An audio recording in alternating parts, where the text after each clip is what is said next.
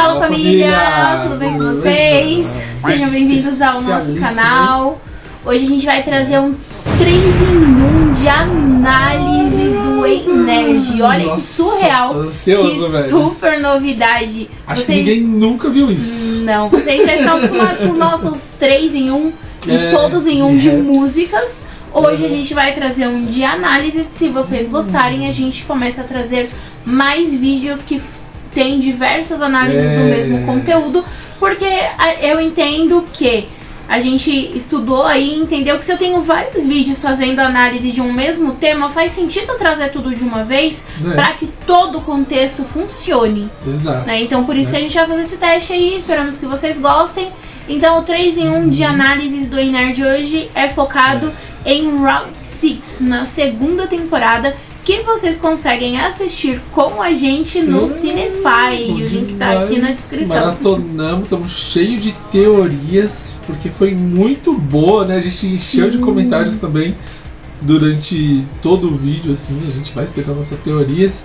E outra coisa, eu queria também agradecer aí a galera que tem acompanhado os vídeos que a gente tem feito do Energy, tá indo muito bem, é por isso que a gente tá tomando agora essa iniciativa de trazer coisas também relacionadas a séries, filmes, tem da DC também, né, não é só Naruto.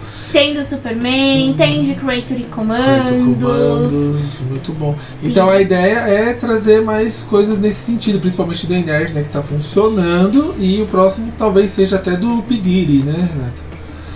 Se a gente vê que a galera quer, a gente traz sim. Porque só eu vi, a Renata e o Rodrigo não viram. Verdade. Então, inclusive a gente tem um vídeo aqui no canal do Fatos Desconhecidos explicando os incêndios em Los Angeles, que envolve sim uma teoria relacionada ao caso do P. Diddy.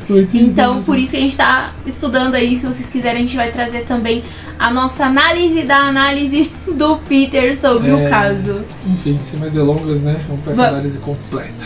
Bora. Começando pelo vídeo Round 6, segunda temporada, mega análise com todos os detalhes e teorias. E quem não viu ainda, a gente tem um outro vídeo análise com os trailers que é sem spoilers. Você sabe o sentido real do Ji-Hoon ter pintado o cabelo vermelho? E a relação direta entre ele e o líder? E o significado dos números dos jogadores? Você sabia que não é aleatório? Por que a boneca da batatinha frita voltou e por que tem uma árvore seca atrás dela? Você percebeu que o segundo temporada de Round 6 remonta o mito da caverna? São muitas referências escondidas, vários detalhes ocultos e muitas coisas que você pode ter perdido na segunda temporada de Round 6. Então vem comigo agora explorar tudo e discutir cada detalhe agora. Vamos lá. Sim. Rapaziada, já vai se inscrevendo, deixa o like, porque a gente sabe que o Peter vai falar isso. Se Round 6 estão explodindo os miolos da gente, a temporada 2 vem ainda mais insana. Muito mais complexa, galera. Tem muitas costuras com a temporada 1, mas também tem a adição de novas regras, personagens, simbolismos, até a trama ficou mais complexa. Então se ajeita no sofá agora e bora com tudo, desvendar os principais símbolos, referências, significados escondidos na temporada 2 de Round 6. É pra começar 2025 com o pé direito mesmo. E ó, 2025 tá chegando com tudo, hein? Tem muita coisa boa vindo por aí. É tempo de novidade, tempo de novas tecnologias. E falando de tecnologias, eu quero que vocês conheçam o BYD One Pro, o SUV. A costura das temporadas. Vamos começar pelo básico, pela superfície, pra gente ir aprofundando nos temas dessa série, como um mergulho mesmo, sabe? Exatamente assim. Lá na temporada 1, a história parte de um grupo de pessoas endividadas e desesperadas. E o principal personagem nessa situação é o Ji-Hoon. Bom, ele é só mais um de centenas de pessoas nessa situação.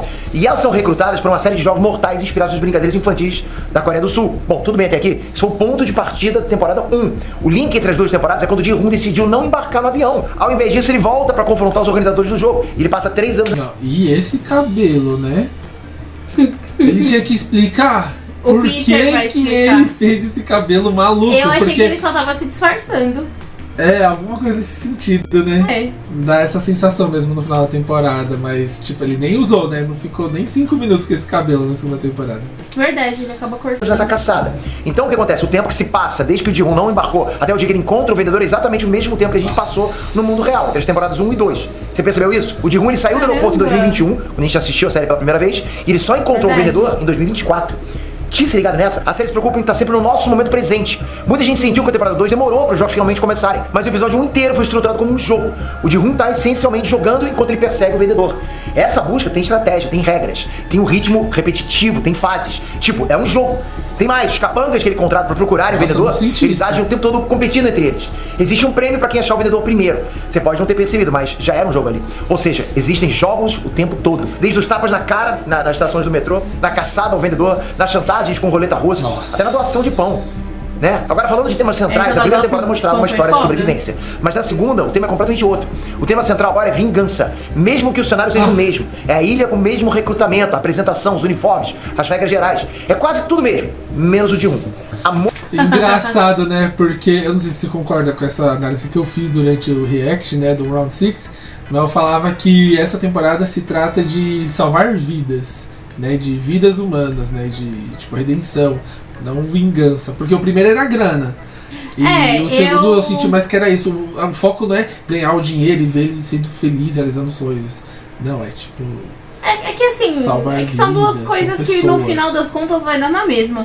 A forma dele salvar a vida das pessoas é tendo a vingança dele, e salvando a vida das pessoas, ele tem a vingança dele. Então, e claro, dá no mesmo. E claro, acabar com o final jogo, dá no mesmo. Sim, também. Motivação do protagonista dentro do jogo é outra agora. Antes era por dinheiro e salvar a própria vida. Agora ele se colocou de volta no mesmo lugar por vingança. Isso tem que ficar muito claro pra gente. Agora pensa nisso. No começo dos jogos da temporada 2, tem 456 jogadores na ilha. Mas só tem 2 jogadores ali que não entraram por causa do prêmio. O Ji-hoon e o líder. Né? Você tinha pensado nisso? Então bora ver só os personagens dessa segunda temporada, porque tem muitos detalhes aí. Raio-X dos personagens. Ji-hoon. Bom, a primeira coisa interessante é que o Ji-hoon voltou pro jogo com o mesmo número que ele recebeu na temporada 1. Então assim, ele não só se colocou na mesma situação de um jeito simbólico, o pessoal do jogo deixou uma mensagem clara. Ele ainda é o jogador 456. É como se fosse uma mensagem subliminar, que o Ji-hoon ia viver um déjà vu, na mesma ilha, com o mesmo uniforme, passando pelos mesmos jogos. Tanto é que nada mudou muito no começo. As roupas são as mesmas, né? O cofre é o mesmo, o dormitório. E até o primeiro jogo é o mesmo. Isso é uma forma de tortura psicológica pro Ji-hoon. Mas se por um lado muita coisa é igual, o Ji-hoon em si não é mais o mesmo. Uma prova clara disso é a cena da foto inicial lá nas escadarias do jogo. Na temporada 1 ele era mais jovem, alegre, né? Animado, até meio bobão. Já na temporada 2, na hora da foto, ele parece até outra pessoa. Mais velho, sério. Ele tem um clima totalmente diferente, mesmo passando pela mesma situação. Olha, eu diria que é até antes, porque o episódio é o primeiro da roleta russa? Ou é no segundo? Não, eu lembro que não é no primeiro. A hora da roleta russa, meu irmão. Lembra que ele põe ali a pistola e aperta assim no quinto... outra pessoa. No quinto tiro, né? Nossa, mano, é muito macho, velho. Aí você vê que ele virou homem de verdade, que é outra pessoa. É outra. Situação. Isso mostra uma evolução profunda do Ji-hoon. Na temporada 1 ele foi um sobrevivente. Agora na temporada 2 ele tá no caminho pra virar um anti-herói. Na primeira temporada ele lutou pra salvar a pele dele. Na segunda ele se esforça o tempo todo pra salvar todo mundo e destruir o jogo. Mesmo que ele tenha que apelar pra violência. E essa situação do Ji-hoon representa a consciência desperta de um cara comum. Uma vez que ele percebeu as engrenagens do sistema, ele não consegue mais viver como antes e ele se obriga a tomar uma atitude. Assim, depois que ele passou por todas as fases do jogo, foi impossível ele viver sabendo que o jogo ainda ia continuar matando outras pessoas. Isso estava dentro dele, porque ele foi muito sobrevivente da primeira temporada. Isso é meio Matrix, né? E é mesmo. Porque tudo isso tem fundamento no mito da caverna de Platão. Porque assim, no mito da caverna, um grupo de pessoas vivia preso lá dentro, achando que as ilusões eram realidade. E eles não conheciam nada além disso, nada além do que tinha dentro da caverna. Daí um dia um sujeito lá sai da caverna, conhece a realidade fora da caverna e volta pra dentro da caverna pra avisar os outros sobre como a situação deles lá dentro era tudo de mentira. Daí ele chama todos pra se libertarem dali. Mas ele não é ouvido. Então ninguém acredita nele, isso gera uma situação de violência. Ele é tirado de doido e acaba sendo morto pelos outros habitantes da caverna. Se você parar pra pensar, durante um tempo é exatamente isso que acontece com o Ji-hoon. Ele conheceu toda a realidade cruel dos jogos, conseguiu se libertar de lá e decidiu voltar pra avisar os outros participantes. Por essa e outros que Round 6 é extremamente filosófico. Mas isso é só uma das várias simbologias que a série tem. Bora pra outro personagem lotado, os segredos. Então, mas lembra que a gente até achava que isso era um plano bem idiota, derrotar por dentro, né? Vou parar os jogos por dentro, não faz sentido. A gente só vendo os trailers a gente achava que era isso o plano dele. Mas não, né? Ele queria mesmo derrotar por fora. Ele tava tentando achar a ilha por fora e tudo deu errado porque tinha um informante, né? O capitão e daí do navio. Isso, aí ele se vê obrigado a entrar no jogo, porque senão ele ia morrer lá na... Só que ainda entrou tranquilo porque ele foi na fé que não tinha arrancado o dente dele. Nossa, se lascou. Ele falou, em último caso, tá, o dente aqui vai saber. Mas eles acharam o dente, só quando ele viu que tava sem o dente, que ele entendeu que ele tava ferrado. Não, e foi muito louco, né, a jogada, porque parecia que eles estavam chegando na ilha e não estavam. E no final das contas não era. O líder. Se na temporada 1 o líder era um mistério, na temporada 2 ele virou um dos assuntos mais complexos da história. Mesmo se revelando muito mais pra gente. O fato de ele ter entrado como competidor criou uma dimensão de traição e manipulação que a gente não tinha na temporada 1.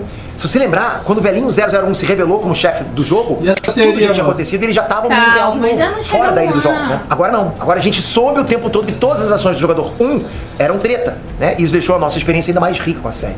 O líder na temporada 2 é, ao mesmo tempo, uma peça do tabuleiro e o dono do tabuleiro. A temporada 2 também tratou de revelar um pouquinho mais sobre a vida dele antes dos jogos. Ó, você pode nunca ter pensado nisso antes, mas não existe nada mais perigoso do que um vilão que acredita fielmente que ele tem motivos nobres.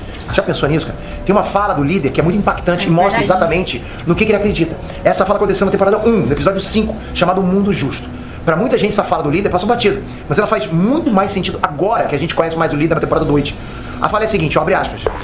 Se você vende os órgãos dos cadáveres, ou os come, ou os que for, eu não dou a mínima. No entanto, você arruinou o aspecto mais importante deste lugar, igualdade. Todos são iguais enquanto jogam este jogo. Aqui, cada jogador tem a chance de jogar um jogo justo, sob as mesmas condições. Essas pessoas sofreram com a desigualdade e a discriminação no mundo. Estamos dando a elas uma última chance de lutar de forma justa e vencer.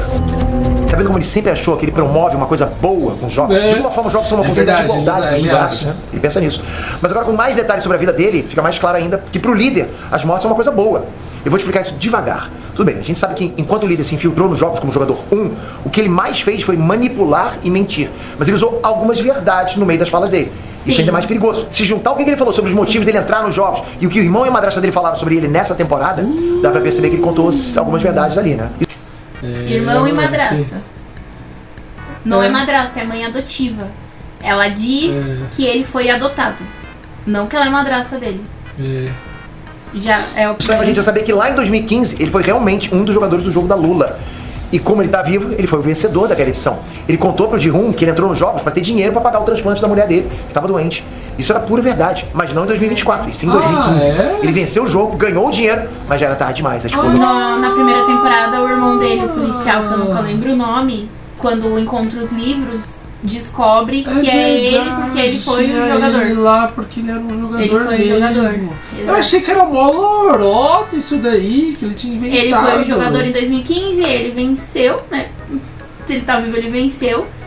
E como ele é irmão adotivo, enfim, eu tenho minha teoria. E ele é o jogador 1, eu acho que tem mais coisa, ele não é só qualquer um. Ele não foi parar nos jogos à toa.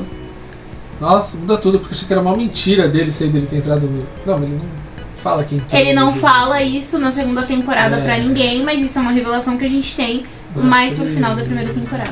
Morreu. E daí ele se envolveu na organização dos jogos e virou o líder. Se você reparar, a história dele tá rodeada de um único assunto. Ele de fato entrou em 2015 com esse. Ele doou o rim pro irmão dele, o policial, quando eles eram jovens. A esposa precisava de um transplante de fígado e foi isso que levou à morte. E o bebê deles também. Hoje em dia ele é o chefe de uma organização que promove os jogos, mas paralelamente faz tráfico de órgãos das vítimas que morrem. Você tinha reparado nessa dimensão? Talvez ele não veja esse comércio de órgãos só como um negócio, mas também como uma oportunidade de ajudar pessoas que passaram pela mesma necessidade de transplante.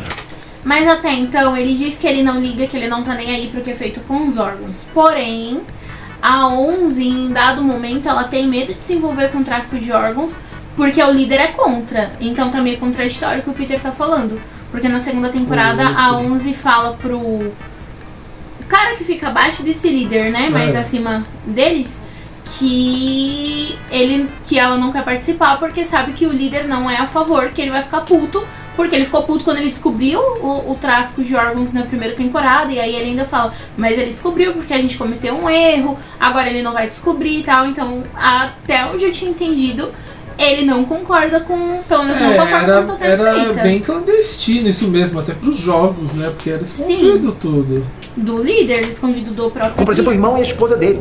Depois desse trauma, não sobrou mais nada pelo que ele poderia lutar. Mas ninguém para quem ele poderia viver. Então, sobrou o jogo. E talvez ele veja os órgãos dali como uma forma bem macabra de ajudar as pessoas no hospital. Por isso que eu falei, não tem nada mais perigoso que um vilão que acha que tem um motivo nobre. O líder, ele é um psicopata e mata a gente a sangue frio. Mas pode ser que ele tenha essa distorção de imagem com os jogadores. Na cabeça dele, pode ser que provavelmente esses endividados vão tirar a própria vida ou morrer na mão de idiotas, né?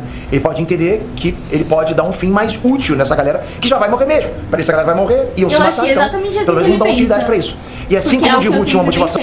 Eu sei que ele fala uma hora que ele, tipo, não é menospreza a palavra, ele despreza completamente os jogadores. Ele fala que eles são lixo. Ele, tipo, pensa igual o cara lá da maletinha com o papelzinho do jogo que fez a roleta russa. Ele pensa igual eles, acha que eles são um bando de lixo. Ele meio que fala isso uma hora, não tá nem aí pros caras que morrem. No primeiro jogo dele, né? E uma nova motivação agora na edição de 2024. O líder também tinha uma motivação na primeira vez que ele jogou os jogos. E ele também volta pra edição de 2024 por outro motivo. Da primeira vez ele entrou pra ter dinheiro pra cirurgia da mulher dele. E dessa vez ele tá lá pra se aproximar e manipular o Ji-hoon de igual pra igual. Jogador 001. E ele faz isso muito bem. Ué, mas o jogador 001 é o líder. De certa forma até é, mas também não é. O líder literalmente assumiu uma persona nessa situação. Ele mudou o nome, ele agiu diferente. Ele jogou o jogo na real pela segunda vez. Esse personagem chegou a ter 3 personalidades na série.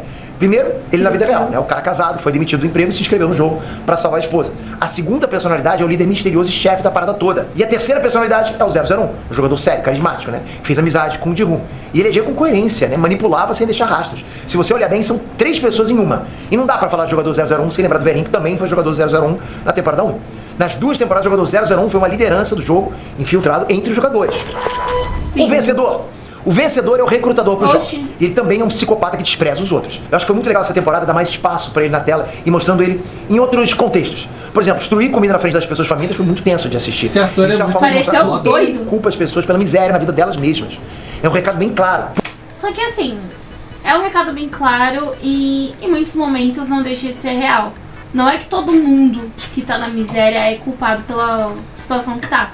Mas a gente sabe que muita gente escolhe. Muita gente tem como sair, tem opção, mas não quer dar o braço a torcer. Não quer deixar o ego de lado. E aí prefere viver na miséria do que só aceitar ajuda. Então, apesar de ser uma cena que o recrutador parece um doido perturbado, isso que o Peter falou tem um pouco de verdade. Ele realmente culpa as pessoas pela própria miséria. E ele tem um ponto onde ele tá certo sim, assim como quem tá nos jogos pelas dívidas é responsável pelas dívidas que fez, sabia o que estavam fazendo. E aí a gente volta pro pensamento do líder. Ele pensa que são pessoas que não vai fazer falta, que uma hora ou outra vão morrer, e ele também não tá errado, porque é uma galera que deve um monte de agiota. E o que a agiota faz? Mata. Então, o pior é o quão tudo faz sentido dentro de Round 6. Pro vendedor, tudo na sua vida é culpa sua. Pra ele, as pessoas ferrarem no pão e loteria, no jogo do tapa na cara, na vida em geral, é responsabilidade das próprias pessoas. E ele não sente um pingo de culpa nisso.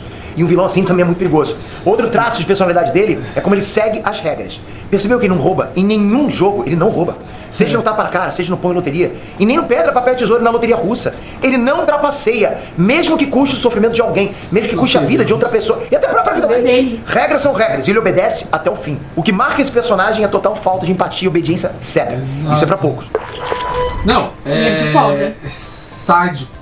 Ele é um personagem completamente sádico, à beira de ser psicopata. Porque sem empatia, beira ali a ser psicopata, tá ligado? Eu acho muito foda um personagem. E ele, mano, eu achei ele muito foda, velho. Novos personagens. É difícil não reparar o upgrade que a série deu na temporada 2 com os novos personagens. Dessa vez, vários coadjuvantes tiveram um contexto bastante trabalhado e eles carregam muitos simbolismos. Bom, pra começar, eu quero falar de 2 mulheres. A moça grávida e a idosa, que é a mãe do jogador 007. Essas 2 personagens já fazem a gente sofrer só delas aparecerem ali entre os jogadores. A gente fica preocupado com elas de imediato. Por mais que a gente queira ver o circo pegar fogo, é impossível uma pessoa normal não se preocupar com a jogadora do 222, que é a moça grávida. Como é que a gente não vai se preocupar com aquilo? Existem outras tantas mulheres no jogo, né? Uma grávida é que a gente mais se preocupa. Tô errado? Não, não tô. Isso é automático no ser humano. A gente se preocupa com a vida dentro daquela barriga, entende? Porque ela pode estar querendo se meter naquela roubada, mas é aquele bebê. Porque a gente sabe que qualquer coisa que acontecer com ela vai afetar um bebê inocente, que não merece a morte, ok? A senhorinha ali, que é a jogadora 149, ela já podia provocar aflição na gente pelo simples fato dela ser uma senhora de idade, mais frágil e tal, né? Mas a coisa pior é de saber que ela tá ali com o filho dela ali no jogo. A gente sabe que por um tempo eles podem até jogar juntos, mas em algum momento só vai poder sobrar um. Pô, e aí, como é que vai ser? Isso pega demais. Já imaginou ela morrer na frente do filho, ou o filho morrer na frente dela? Um ser obrigado a matar o outro. Olha que crueldade. Isso é tenso demais pra série desperdiçar. Já prepara o coração aí, porque os dois não estão juntos ali à toa. Então eu já vou avisando. Outra personagem que chamou muita atenção é a 120, que é a mulher trans. E se você acha que no Brasil é complicado aceitar uma personagem trans, você não faz ideia de como isso é tenso na Coreia do Sul. Pra quem não sabe, né, quem interpreta essa personagem é o ator Park Sung-hoon. E ele é simplesmente um galã dos doramas. Quem já viu aí A Rainha das Lágrimas e A Lição, já sabe quem ele é. Então foi um trabalho de atuação espetacular. E além de talento, teve que rolar muita coragem pra isso. E desafiou muito a sociedade da Coreia do Sul, que é muito mais fechada que a nossa pra esse assunto. Se você acha a nossa sociedade fechada, você não tem ideia de como é lá. A jogadora 120 existe pra causar discussão mesmo. Porque a questão dos transgêneros gêneros na Coreia do Sul é um tabu imenso. E ele já tá sofrendo pressão de todos os lados por ter feito esse papel. Só por ter feito o papel. Mas sabe o que é mais legal? Essa personagem foi extremamente bem escrita. E pode parar, ok? Só porque tem um trans não significa obrigatoriamente que é lacração. Para com isso, né? Eu fiquei muito feliz que essa personagem simplesmente ela não ficou no lugar de vítima. Pelo contrário, ela foi uma pessoa super do bem o tempo todo, ajudou quando podia ajudar, se superou quando tinha que se superar.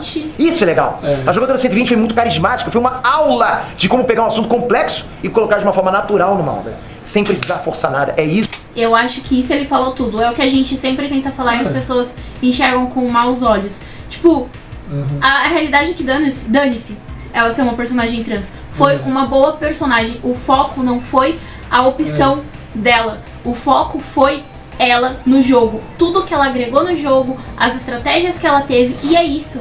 É exatamente o que ele falou, é o que a gente pensa o tempo todo. Não tem nada de errado colocar pessoas diferentes. Mas o foco precisa continuar sendo o conteúdo do entretenimento. E não a diferença da pessoa. Porque a partir do momento que a diferença é o foco, ali existe o preconceito. E não, aqui foi muito bem encaixado.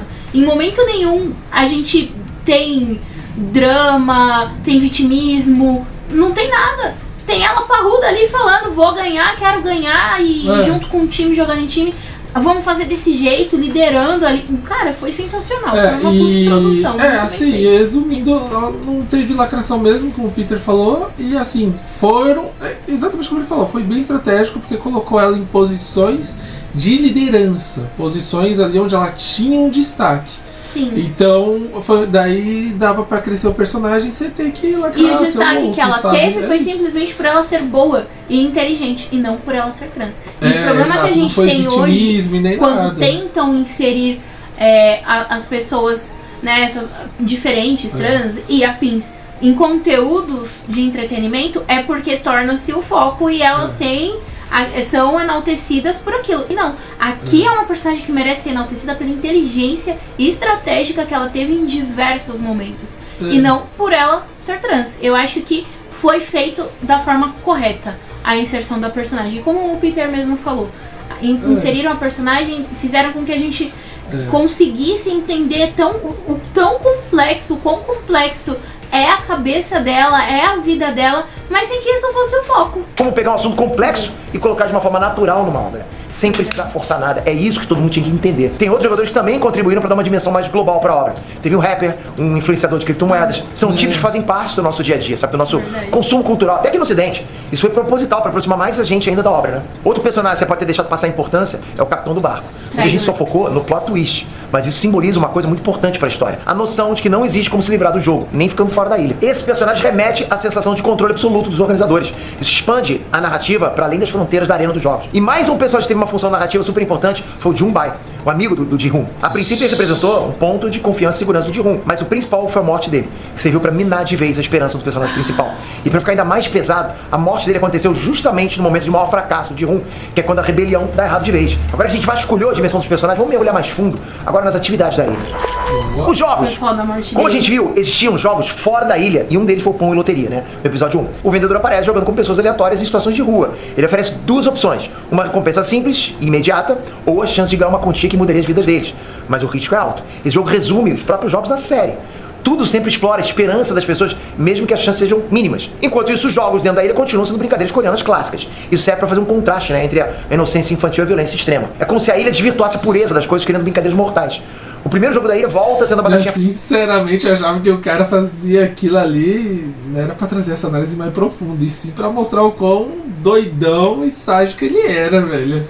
Na moral. E muito louco de dicotomia também, né? Porque mostrava que a galera queria o dinheiro, né? Queria tentar a sorte. Nessa temporada a ganância dominou completamente. Mesmo, a galera é muito gananciosa. Aquele número 100 lá, meu Deus. Ai, que irritante, não vejo a hora dele morrer.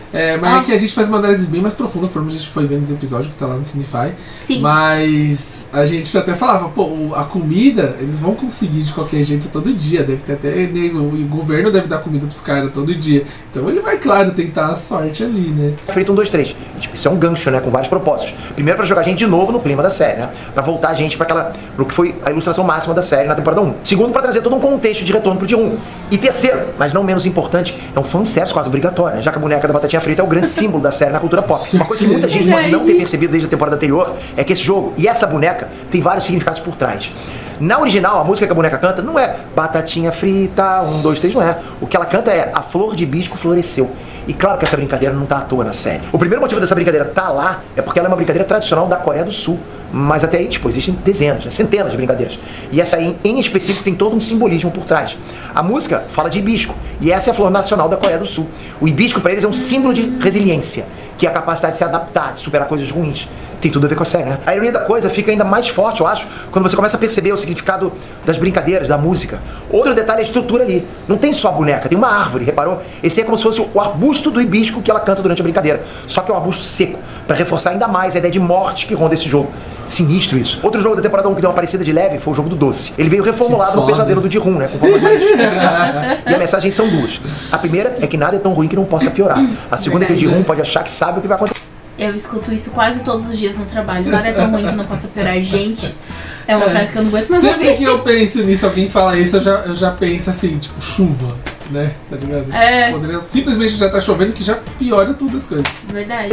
Mas na real ele tem muito que se surpreender ainda lá dentro. No lugar do jogo do doce, veio o jogo das 6 pernas, que é um compilado de brincadeiras tradicionais. O fato dos jogadores serem amarrados, terem que andar juntos, se organizarem para cumprir as tarefas, coloca todos eles para virarem uma coisa só, como se eles formassem um único corpo. A lição desse jogo é impor para os jogadores que a ação de um interfere em todos. Tipo jogos mortais, vocês conhecem, né? Se todos acertam, todos vivem. Mas se só um falhar, consequência de todos. Outra imposição desse jogo é perturbar os jogadores com o poder da estratégia e a falsa ideia de que eles podem ter algum controle. O tempo todo os aliados podem definir se você sobrevive ou se você morre. Então pensa bem com quem que você vai se juntar. Mas na real, como eles nunca sabem como é o jogo antes de formar um time, essa lição só serve pra massacrar o psicológico deles mesmos, né? É tipo algo tenso demais. Até pra gente estar assistindo. A terceira rodada dos jogos foi desenhada justamente para testar a força das equipes formadas na rodada anterior, provocar crises dentro das equipes e forçar os laços de lealdade entre os jogadores até o limite. Mas o mais tenso no jogo socializar é a trilha. A gente ouve um coro de crianças felizes cantando uma musiquinha alegre, e o contraste disso acontecendo poucos segundos antes da matança, tipo, é perturbador demais. Agora nada se compara a um jogo especial. É uma fase do jogo que os participantes nem sabiam que era uma fase. O jogo manipulou tudo para rolar uma matança. Tudo isso foi plantado com as votações abertas no X e o círculo. O fato do voto ficar estampado no uniforme de cada um foi pensado para que em algum momento se criassem duas facções rivais dentro do jogo. E foi dito e feito. Com essa votação não existiu quem fosse meio termo, né? Ou você fazia parte de um grupo ou você fazia parte de outro grupo. E foi a partir daí que a confusão começou. Mas também foi essa a oportunidade de rebelião dos jogadores contra o jogo. Mas com os jogos extras ficou mais claro do que nunca que a violência é parte do sistema. E pior, ali a violência é premiada, né? Já que cada morte aumenta o valor do cofre. Só o fato do valor do prêmio aumentar mesmo com as mortes fora dos jogos oficiais é uma mensagem de que as vidas humanas ali não valem nada além de dinheiro. E vai vir mais um jogo aí. A série já soltou um spoiler da temporada 3 com a boneca da batatinha frita e o boneco que faz par com ela. Esse assunto aí merece um vídeo só com teorias dos próximos jogos, né? E eu vou trazer esse vídeo completo logo mais. E a gente também, então continua aqui. Bom, quem assiste o canal mais tempo tá careca de saber. Nenhuma escolha é feita à toa. Falo pra vocês. Os objetos, as cores, as formas, nada é de graça. Tudo carrega uma intenção, sabe? Um simbolismo. E eu vou te contar os principais agora. Primeiro de tudo, por mais macabro que sejam os jogos, o cenário de tudo ali na ilha é colorido e infantil. A mensagem disso é dizer que aquele mundo ali é um mundo distorcido, onde pode parecer que existe alegria, diversão, inocência, né? Como são os playgrounds das crianças, mas a realidade é o total oposto. O que você vai passar ali é o pior de tudo. Sofrimento, injustiça e morte. Desde o início aparece um novo logotipo da Netflix, que se passa nas escadarias, né? E esse cenário foi feito bem no estilo de ilustração do artista holandês chamado MC Escher. O nome dessa obra original é Relatividade, e ela simboliza o caos e complexidade do sistema. As escadarias do jogo reproduzem bem essa sensação de não saber onde cada escadaria vai dar. E mexe no psicológico de quem tá ali como se fosse um labirinto. Entende? Aquela sensação de você tá perdido completamente. Nossa. Meio do desconhecido. Aí dessa forma, sem saber pra onde eles vão e o que eles vão encontrar, o clima do jogo já começa no caminho, passando pelas escadas. O dormitório dos jogadores também não é sem sentido. Primeiro que as camas são empilhadas como se elas fossem estantes de um depósito. Tanto é que as paredes são revestidas de azulejo, né? Que deixa o clima até bem industrial. E nada a ver com o local de hospedagem. E o mais sinistro, azulejos são usados como revestimento para lugares que vão precisar ser lavados. E qual o sentido ter que lavar uma parede de dormitório? Nesse caso, o motivo é só uma matança, né? O sangue, o gore. A decoração do dormitório é mínima. Existem uns desenhos de bonequinhos e outros desenhos em alguns lugares das paredes. Esses desenhos dão uma pista dos próximos jogos. E eu vou te contar isso no próximo vídeo que eu já prometi pra vocês, né? E a gente vem lá na frente na temporada 3. A gente ficou na maior expectativa de tipo, mano, agora a gente já sabe que na parede tá os desenhos dos próximos jogos. E os desenhos não faziam nexo Não fazia sentido nenhum. Era tipo, parecia que eles estavam pulando assim pra chegar em algum lugar longe. E aquele treco no meio que parecia... Que parece que eles estão andando, sei lá, muito doido. Outra artimanha visual para influenciar os jogadores. Se você pensar, o cofre ali não tem nenhuma função prática. Podia só ter um número numa tela, né, atualizando a quantia de dinheiro do prêmio. Mas ver um cofre gigantesco, aquele tantão de dinheiro vivo caindo, só serve pra uma coisa: mexer com a ambição dos jogadores. E mais, o cofre enche imediatamente cada vez que alguém morre por qualquer motivo. Isso sempre vai reforçando a ideia que cada morte gera lucro. Então isso mexe com a cabeça das pessoas, de quererem continuar ali matando. Máscaras! As máscaras são fundamentais na série desde a temporada 1, mas elas vieram ainda mais fortes agora na temporada 2. Além das máscaras dos trabalhadores soldados na ilha, a gente teve ainda mais máscaras na nova temporada. Por exemplo, nos personagens do parque de diversão e também na festa Halloween. Bom, a máscara é um símbolo universal que esconde o que a gente realmente é. Uma coisa interessante que aconteceu foi aquela personagem que é fugitiva da Coreia do Norte. No começo da temporada, ela trabalhava com uma máscara divertida de um personagem no parque.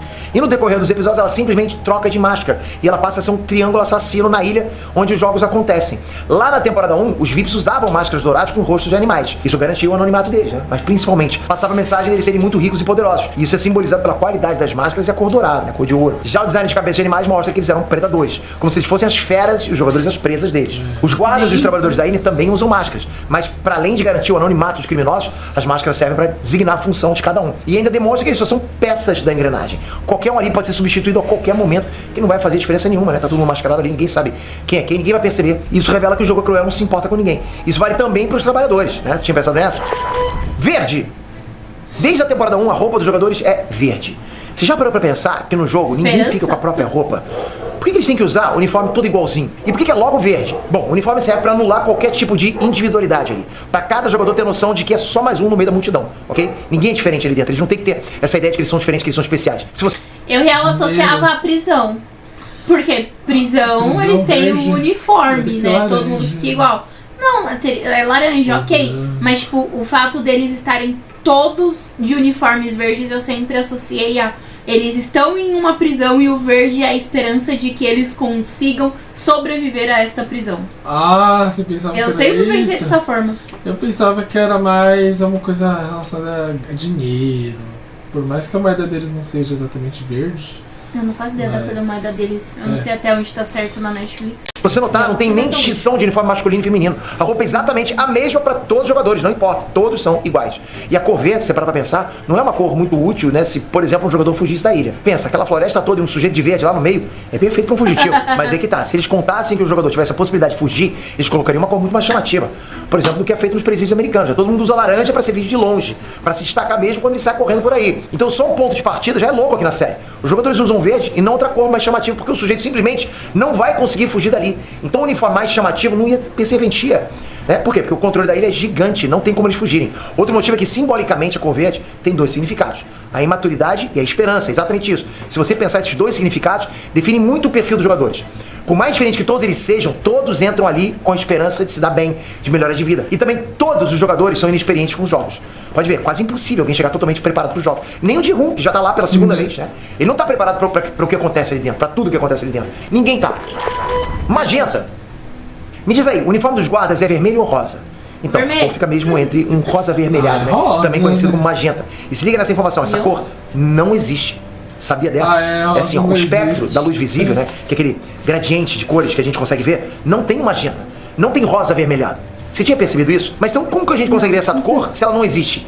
Eu vou tentar resumir, ok? Os olhos da gente, eles percebem as coisas através das células bem específicas, que ficam bem no meio da nossa retina. E são 3 tipos de células especializadas no nosso olho. As tipo L, que detectam os vermelhos, as tipo M, que detectam os verdes, e as tipo S, que detectam os azuis. Então, tudo que a gente enxerga são variações dessas cores aí. Exatamente. Se você olhar o espectro, a gente tem um monte de tons de verde, de azul, de vermelho, até de roxo, marrom, laranja. Mas não tem um magenta ali. A gente enxerga o magenta mesmo ele não sendo uma cor visível, porque as células percebem que tem alguma cor ali, mas o comprimento de onda não encaixa no espectro. Então o nosso cérebro inventa uma magenta para preencher a lacuna. É uma criação da nossa mente. E aí fica ainda mais sinistro pensar que na cor do uniforme dos guardas é uma cor que não existe. Isso aumenta ainda mais o sentido de que tudo que rola ali é fora do normal, é antinatural. E o magenta também traz a noção de excentricidade, provocação. E faz todo sentido para sustentar ainda mais a ideia de que quem manda ali e o nível de ação que eles podem tomar. Agora o Peter foi longe com essa explicação do olho, hein? Fiquei bugada, mano. Ah, é? Agora mas eu não sei se ele tira isso dele mesmo ou se ele lê algum... Ah, com certeza ele tem embasamento. Ele não ia falar uma coisa tão... Pra com embasamento. Não, isso que ele explicou agora, com certeza ele teve algum embasamento. Não, o que eu quero dizer, o uso da magenta nos uniformes tá relacionado a isso, sim. De ser algo que não existe, eles estão ali no controle. Cara, eu acho que, tudo, na verdade, será? tudo que ele traz é muito teoria, análise dele. Só que o cara é experiente, ele é um expert em fazer esse tipo de análise. Então muita coisa vai sim ser correta, fazer sentido, só que nem tudo vai ser uma verdade absoluta, porque é a análise na visão dele. E quando a gente analisa algo, a gente coloca a nossa visão naquela análise. Ia ser legal se ele explicasse de novo a hierarquia, né? Por causa dos símbolos, quadrado, bola e triângulo. Vermelho! No fim da temporada 1, início da temporada 2, o Ji-hoon tá traumatizado com o jogo, pronto pra ir embora do país. E mesmo assim, ele decide voltar, decidido a quebrar o sistema lá da ilha, né? E só nesse momento aí ele tá com o cabelo vermelho. Fez sentido pra você ele ter cabelo vermelho só na cena do aeroporto? Eu vou te mostrar que faz sim. Essa cena, galera, é o ponto de virada do Ji-hoon. E o cabelo vermelho tem tudo a ver com isso. Na cultura geral, o vermelho tem vários simbolismos que remetem à força, energia, rebeldia. E todas essas caracterizações representam muito o estilo mental do Ji-hoon nessa época, nesse momento.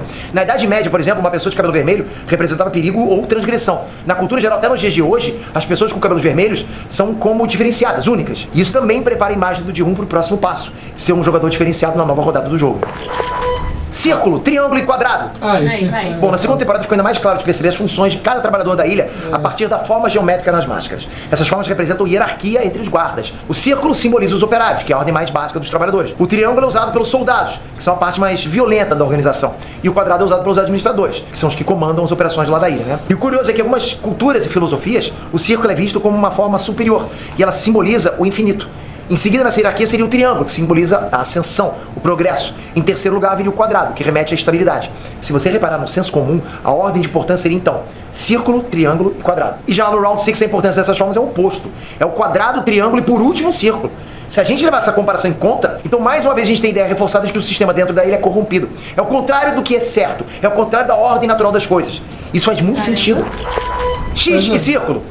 Uma das novidades centrais da segunda temporada é a possibilidade de voltar no final de cada jogo para decidir se o grupo continua ou não no torneio. Então os jogadores se dividem em o X, que são os que querem a continuação dos jogos para acumular mais dinheiro, e o O, 0, que são os que querem sair dos jogos e repartir o que Ele falou errado, porque X é quem quer sair... Pera, não ter percebido, mas só o fato da série reduzir o destino das vidas em dois símbolos, X e círculo, reforça a desumanização. Não, ele falou errado. Mais dinheiro. E o... Aí, ó. Então os jogadores se dividem em o X, que são os que querem a continuação dos jogos para acumular mais dinheiro. Mas não é. O X é quem quer sair do jogo. Aí, ó, e o deixa eu passar. 0, que são os que querem sair dos jogos e repartir o que tá no contrário. O círculo é quem quer ficar no jogo. Ele inverteu. Ih, alguém tem que avisar. Não ter percebido, mas só o fato da série reduzir o destino das vidas em dois símbolos, X e círculo, reforça a desumanização dos jogadores. E esses símbolos se conectam justamente à lógica dos símbolos que a gente acabou de ver. A gente já tinha o quadrado, o triângulo e o círculo. Agora a gente tem um X também. Você já viu esses 4 elementos juntos antes? Pois é, controle de videogame. Agora fechou tudo. Tudo se resume simplesmente a jogar e não importa as consequências. Não importa se você é responsável pela morte de alguém ou se você vai perder a sua própria vida. Em Round 6 é o jogo pelo jogo.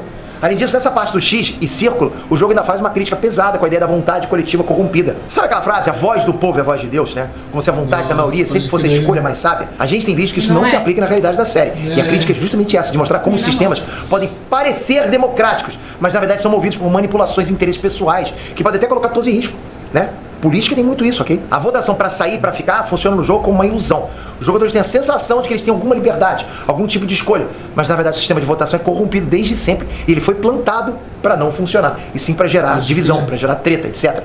Percebe a similaridade com a política, principalmente hoje em dia? 001.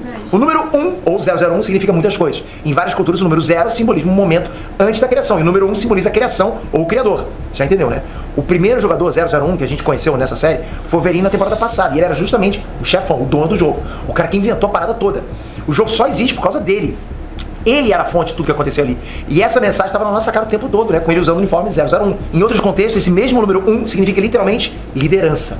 Por isso também o líder se apresenta justo. E como é que o Ji-hoon em momento nenhum desconfiou do jogador 001? Porque assim, menos... é uma coisa que chega a ser muito óbvia, porque ele foi, na primeira temporada, o jogador 456. Ele voltou na segunda temporada como jogador 456. Na primeira temporada, ele sabia que o jogador 001 era o criador dos jogos, era um cara fodástico. Ele soube disso, certo? Por 2 vezes. Exato. Por 2 vezes que ele voltou, e a terceira vez que ele tá vindo. Exato, porque na primeira temporada eles ainda saem e voltam, né? E aí a gente tem na segunda temporada um outro jogador 001 extremamente inteligente e que se aproxima dele. Como que ele não pensou? Pô, quando eu tive aqui da outra vez o 001, ele na verdade era um dos criadores, um dos fundadores dos jogos. Talvez eu tenha que tomar mais cuidado com esse 001, porque pode ser que em todos os jogos o 001 seja alguém envolvido de fato com os jogos. E aí a gente tem um momento na primeira temporada onde eles estão fora dos jogos, quando eles saem, voltam e saem, que o Jin-Woo tá, tipo, num mercadinho, alguma coisa assim, e sai. Quando ele sai, ele encontra o jogador 001, os dois sentam numa mesa e conversam. Naquele momento, o jogador 001 da primeira temporada, ele diz que um dia ele já teve uma casa, uma família e um filho. E dentro dos jogos, quando eles retornam, ele recusa o leite, porque ele diz que ele não toma leite. E o jogador 001 agora na segunda temporada também não toma leite. E a gente descobre que ele é irmão adotivo do policial e não irmão de sangue. Então aí a gente cria-se uma teoria de que a gente já sabe que o jogador 001 é alguém importante, é alguém envolvido com a criação dos jogos. E a gente começa a interligar esses pontos e cria-se uma teoria de que talvez o jogador 001, quando ele ganhou os jogos em 2015, mas ele não teve tempo de salvar a esposa e o filho dele, ele pode ter, graças aos jogos, descoberto a verdadeira origem dele, que pode ser o jogador 001 da primeira temporada. Justamente com esse número entre os jogadores na temporada 2. 1, 2, 3. Na versão em português da série, a gente tem mais um número que chama muita atenção. É 1, 2, 3 da música da Batatinha Frita, né? Batatinha Frita, 1, 2, 3. Aqui é só uma coincidência. Mas olha que legal que acabou acontecendo pro público BR. O símbolo mais forte de todo o jogo da Lula é a boneca do capiroto, concorda? Pensou no jogo, vem logo a imagem da boneca. No Brasil, a brincadeira foi traduzida pra Batatinha Frita 1, 2, 3. E isso só existe no Brasil. Essa música tem uma sequência numérica, 1, 2, 3. E essa sequência aí é justamente o número que identifica o Ji-Hoon, 4, 5, 6. Nas duas temporadas o jogo inicia com a Batatinha 1, 2, 3. E o jogo termina com o Ji-Hoon 4, 5, 6. Fica 1, 2, 3, 4, 5, 6. De novo, é só coincidência, só calhou da tradução. Então pode ser que todos os jogos sejam 456 jogadores? Não sei, mas eu acho que coincidência não é, porque os caras sabem o que fazem. Ou pelo menos quem traduziu pro português sabe. Ficar assim simplesmente, porque no Brasil essa brincadeira tem uma musiquinha com 1, 2, 3. Mas é uma coincidência bem legal, né? 4, 5, 6. E falando no Ji-Hoon, vamos falar do número dele também. Tem que falar, né? A gente tá aqui pra falar disso. O Ji-Hoon é literalmente o último jogador cadastrado. Por isso que ele recebe esse número ainda, 4, 5, 6. E pro personagem, galera, isso simboliza que ele é o mais improvável. Ele é o último da fila. Mas isso também significa que ele tem o maior número de todos. E se é assim, isso também indica que, no fim, ele pode se destacar de alguma forma. E realmente ele se torna o vencedor, o sobrevivente oficial da temporada 1.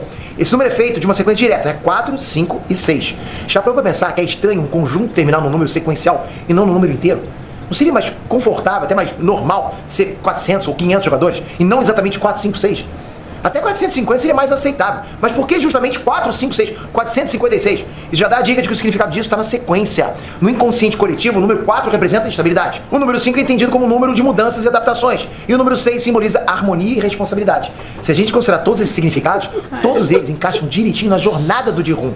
Ele tinha uma vida normal, por mais problemas que ele tivesse. Era uma vida comum. Isso é a estabilidade do 4. Daí ele passou por uma grande mudança e precisou se adaptar, que foi a entrada dele no jogo e a necessidade de sobreviver. Daí a mudança, a adaptação representado pelo número 5. E por fim ele se libertou, resolveu o problema financeiro que ele tinha, mas logo ele decidiu voltar para retornar ao jogo, que é a harmonia e a responsabilidade. Número 6. E além disso, números em sequência também simbolizam um crescimento, um progresso. Isso tem tudo a ver com esse personagem. Ele entrou no jogo num estágio de evolução. E quando ele terminou, ele evoluiu, virou um cara totalmente diferente. E é por isso.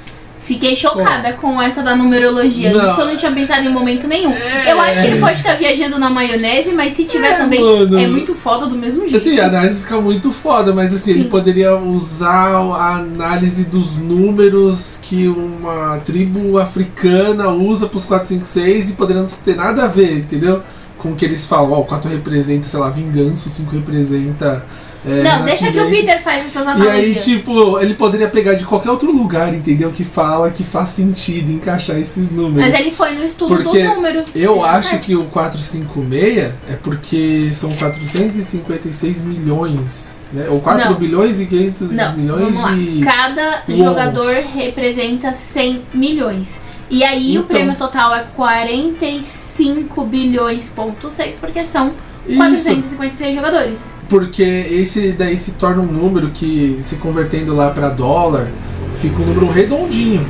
Pra mim era por isso, entendeu? Porque esse número se torna um valor grande, que é como a gente vê assim, $1 milhão.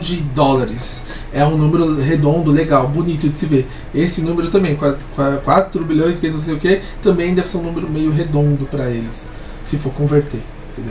Eu achava que era por causa disso. Ficou mais legal. Isso que eu adoro esmiuçar filmes e séries. A gente vai percebendo cada vez mais que nada é por acaso, nada. cada cor, cada forma, cada número, cada objeto, tudo carrega um peso muito simbólico, que aprofunda demais a experiência. Muita coisa a gente acaba deixando passar enquanto tá assistindo, mas mesmo assim isso acaba gerando várias sensações, né, na gente.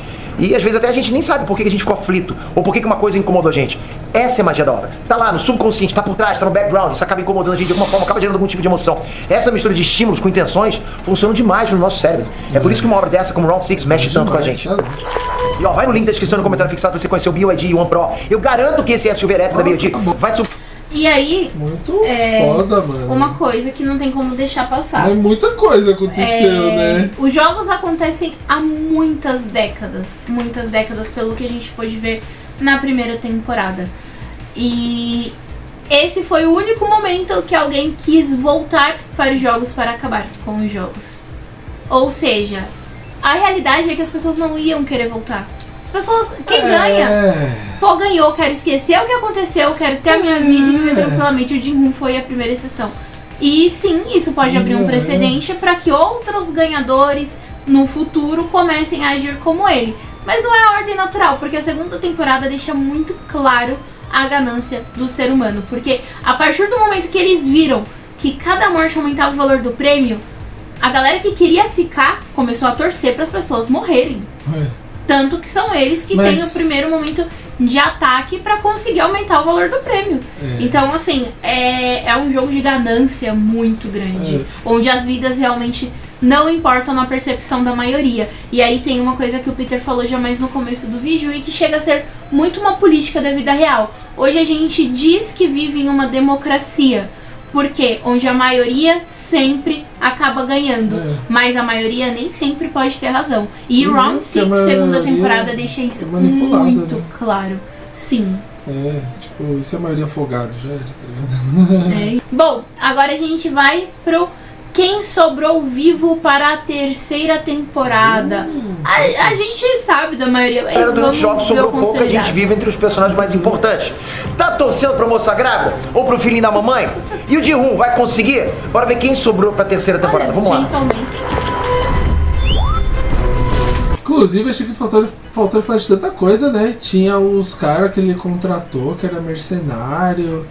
Porque focou completamente dentro do jogo e não fora. Tanto que ele falou do capitão do barco lá, que é um traidor, nossa, em um frame segundo, né? E tipo, meio que fica mó claro que tem coisa, porque o cara resgatou ele e tipo, dá a entender óbvio que foi o 001 que deve ter chamado o cara pra resgatar o irmão, porque viu que ele pulou. Porque e ele sabe onde é a ilha. O primeiro ponto é que o 001, o líder, no final da primeira temporada, ele atirou no ombro do irmão e não no peito. Ou seja, ele não queria matar. Aí ele é encontrado por um barco numa ilha que ninguém nunca acha. É óbvio que o líder mandou esse cara lá pra resgatar ele. O cara ficou 2 anos ajudando um desconhecido que ele salvou a procurar uma ilha que ele não acredita que existe. É óbvio que o líder fez isso pra conseguir deixá-lo longe da ilha, porque se ele encontrou uma vez, ele pode encontrar de novo.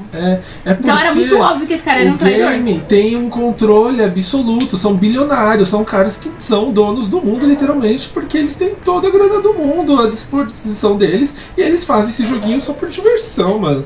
Então, claro que todo o dinheiro do mundo vai estar envolvido ali pra evitar que qualquer um atrapalhe. É o velho ditado, o cara é tão rico que não sabe fazer com dinheiro, vai ser difícil, que o Jin-Hoon não vai conseguir, muito menos por de dentro, né, parar os jogos. Impossível isso. E foi bom a série mostrar que não, você não vai conseguir, né, dessa forma. Tem que ser um bagulho mais estratégico e por fora, né, que é o que a outra parte lá tava tentando fazer, provavelmente, talvez nem consiga, né. Bom, vou colocar do comecinho de novo pra gente ver todo o vídeo do quem sobreviveu. Aí, quem sobrou vivo para a terceira temporada. Bom, a segunda temporada de Round 6 matou uma galera durante os jogos, sobrou pouco, a gente vive entre os personagens mais importantes. Tá torcendo pra moça grávida? Ou pro filhinho da mamãe? E o Jin-Hoon vai conseguir? Bora ver quem sobrou pra terceira temporada. Eu acho que é meio óbvio que a gente torce pro Jin-Hoon, mas ninguém quer ver a moça grávida ser morta. É tipo isso. Vamos lá.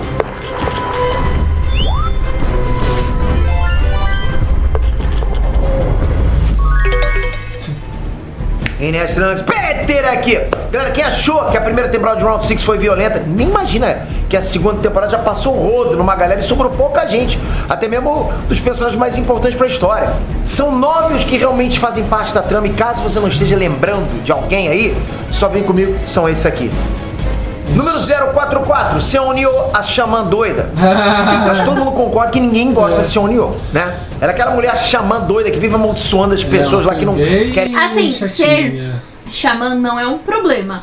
O problema é que deixaram ela insuportável. Reformar time com ela nos jogos e vive pedindo a intervenção das forças do universo pra que ela sobreviva. Loucura ou não, até agora deu certo. Ela continua lá. Mas a que custo?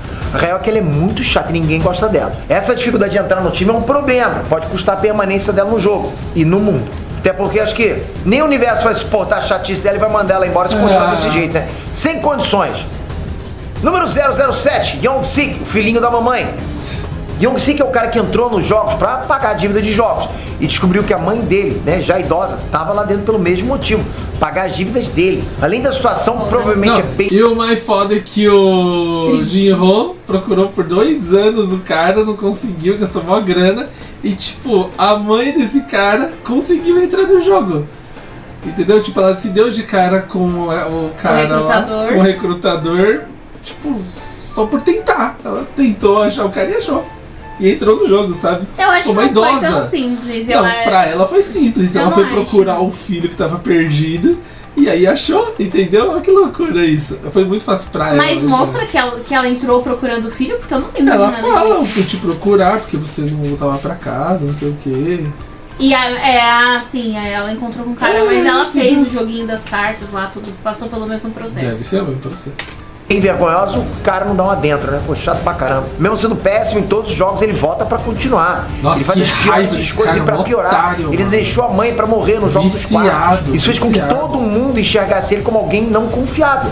Não, cara, pô, não, gente, vamos lá, mas ele foi arrastado, ele tentou se soltar dos dois que estavam arrastando na cara ele, dos malucos, mas ele não foi por vontade própria, não foi que ele quis largar a mãe dele. Mano. Não, ele é um frouxo, mas nesse momento não foi a opção dele, velha, fica aí que não foi assim que aconteceu, tem um contexto. Os outros dois pegaram, arrastaram ele, olharam pra ela e falaram: é a chance do seu filho sobreviver. E levaram ele pra dentro à força porque ele não queria ir. Então, assim, não foi que ele largou. Ele pode não ter feito o suficiente pra evitar a situação, mas não foi que ele quis deixar a mãe pra trás. Mas ele foi babaca. Várias vezes ele voltou ali pra continuar e falou: só mais um jogo, só mais um jogo. E é tipo um viciadão que só quer sempre só mais uma rodada. E tanto ela que ainda as fala dívidas dele isso. são dívidas de jogo. Isso fez com que todo mundo enxergasse ele como alguém não confiável.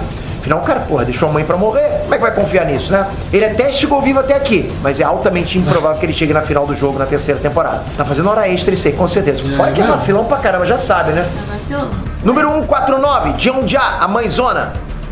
E se o filho é um traste, a mãe é totalmente o oposto. A dona Jeon-ja já não é só mãe do Young-sik, né? Mas também virou mãezona de uma galera lá dentro. Ela é uma senhora e já sobreviveu à Guerra da Coreia. A mesma guerra que dividiu Coreia do Sul, Coreia do Norte, ainda é um assunto muito difícil por lá. Por causa disso, apesar da idade, ela acaba sendo uma competidora muito boa e inteligente, né? Além de ser legal pra caramba. Mesmo tendo sido largada pelo filho pra morrer e sobreviver por sorte, ela ainda faz tudo pelo filho e quer sair de lá junto com ele. Bom, ela entrou lá por causa dele, né? Daí já dá pra ter uma ideia do caráter da Jeon-ja. Não é o tipo de coisa que acontece toda hora. Ainda mais em um lugar totalmente insano como aquele. Número 222, Jun-hee, a moça grávida. Galera, mas como que uma moça grávida vai parar dentro daqueles jogos sanguinários? Pois é, segunda temporada de Round 6 realmente não tá pra brincadeira. E a Jun-hee tá grávida. Ela só quer sair de lá viva, não importa mais o prêmio. Por causa disso, ela acaba sendo meio que protegida por todo mundo. Principalmente pela Jeon-ja.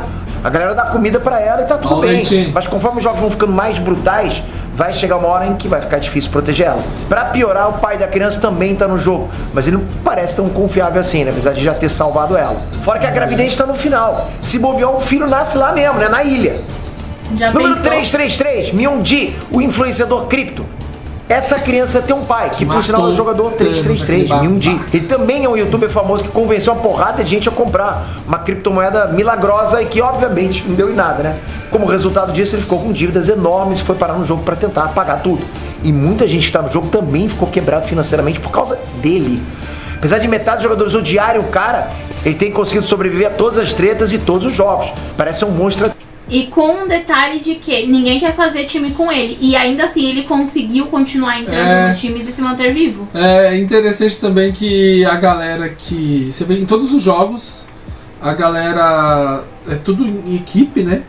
E aí os que votaram pra sair, às vezes fica junto com os que votaram pra ficar. Eles se e misturam, é muito doido, né? eles se misturam Sim. ali. Tipo, tudo bem que na hora de sobreviver, dane-se, né? Vamos fazer aqui só pra sobreviver. Mas eu achei que ia ter muito essa divisão na hora de criar equipes. E não teve, né? Doideira. Eles se apegaram muito ao que cada um acredita de fato. Eu acho que é isso. Estrategista ainda tem a mulher grávida do próprio filho ali dentro com ele, né? O Myung-ji realmente é ganancioso, só tá preocupado com dinheiro. Mas pode ser que na hora que as coisas ficarem realmente feias, ele acabe fazendo a escolha certa. Ou pelo menos a gente torce pra isso, né? Número 388, Daeho, o fuzileiro covarde. Mano, o que aconteceu? Sempre animado de preocupação, né? O Daeho logo se tornou um aliado importante. O principal motivo disso é que ele foi fuzileiro naval no exército da Coreia do Sul. Como muitos jogos pedem esforço físico, então ele acaba sendo perfeito. É melhor ainda quando ele se junta à rebelião do Ji-hoon para tentar acabar com os jogos de uma vez por todas. O problema é que tudo isso foi demais para ele. Depois de brigas e as provas mais brutais, o Daeho voltou para buscar munição e não voltou para frente de batalha. Ele parece ter entrado num estado de choque lá, algo desse tipo, né? E foi se refugiar lá nos dormitórios, totalmente desesperado, sem conseguir fazer nada. Para um militar isso deve ser realmente muito duro. Talvez o próprio Daeho termine se culpando demais por não ter conseguido manter a firmeza durante o tempo todo. Ainda mais quando precisavam tanto dele. Número 120, Hyun-ju. Eu, na verdade, fiquei com uma impressão de que talvez ele tenha saído da marinha por ser um bundão e levado um pé na bunda mesmo. Porque, sei lá, mano... Ele tem gatilho, sabe, com isso. Meu, o primeiro momento que ele teve que lidar com uma arma de fogo, ele surtou e a mina trans lá foi muito mais firme do que ele. Tudo bem que ela também foi do exército. É que todo mundo lá entrou pro exército. Mas ele, mano, tipo, sei lá, pra um fuzileiro naval que falava tanto da marinha, adorava, tinha orgulho, eu fiquei com a impressão de que talvez ele não tenha saído da forma mais honrosa da marinha. Uma caixinha de surpresas. A Hyun-ju é uma das melhores surpresas da segunda temporada de Round 6. Ela é uma mulher trans e, assim como o Daeho, também teve no exército da Coreia do Sul. Então, assim, além de ser uma jogadora de primeira e uma aliada bem importante na rebelião contra os jogos, ela também é uma personagem interessante, honesta e também meio que mãezona da galera ali dentro. A Hyun-ju conseguiu sobreviver de uma forma que pouca gente conseguiria. Ela participou do tiroteio contra os guatos e foi uma das melhores. Mas, como o Daeho não voltava com a munição que ele foi buscar, ela conseguiu voltar e encontrou ele lá em choque, enquanto quase todo mundo morria. Tem que respeitar essa braba aí. Número 456, Ji-hoon, o campeão e sua vingança. Seon Ji-hoon foi o campeão dos jogos na primeira temporada. Mas em vez de... inclusive a jogadora, né? Qual é o número dela? 120. 120. A Netflix, né? Ela cutucou muito, né? Tem aquilo que a gente falou que não ficou forçado, mas estava sempre cutucando, falando, eu fui muito, tipo, humilhado ali no exército. E daí, tipo, tinha essa coisa, ninguém me aceita, lá fora. Foi expulso de casa. Não é? E daí a gente tinha até a teoria, tipo, acho que ela vai usar o dinheiro pra cirurgia, né? Mas ela fala que é isso. Que no primeiro momento ela não fala. Aí ela fala que é pra Tailândia, porque é onde tem as melhores cirurgias, são bem aceitas. Tipo, eu acho que o único ponto negativo que daria pra falar dela é, assim, a ganância. Tipo, que teve uma hora que ela quis continuar no jogo só pra ter dinheiro pra fazer cirurgia, mano. Tipo, que é um bagulho fútil, sabe?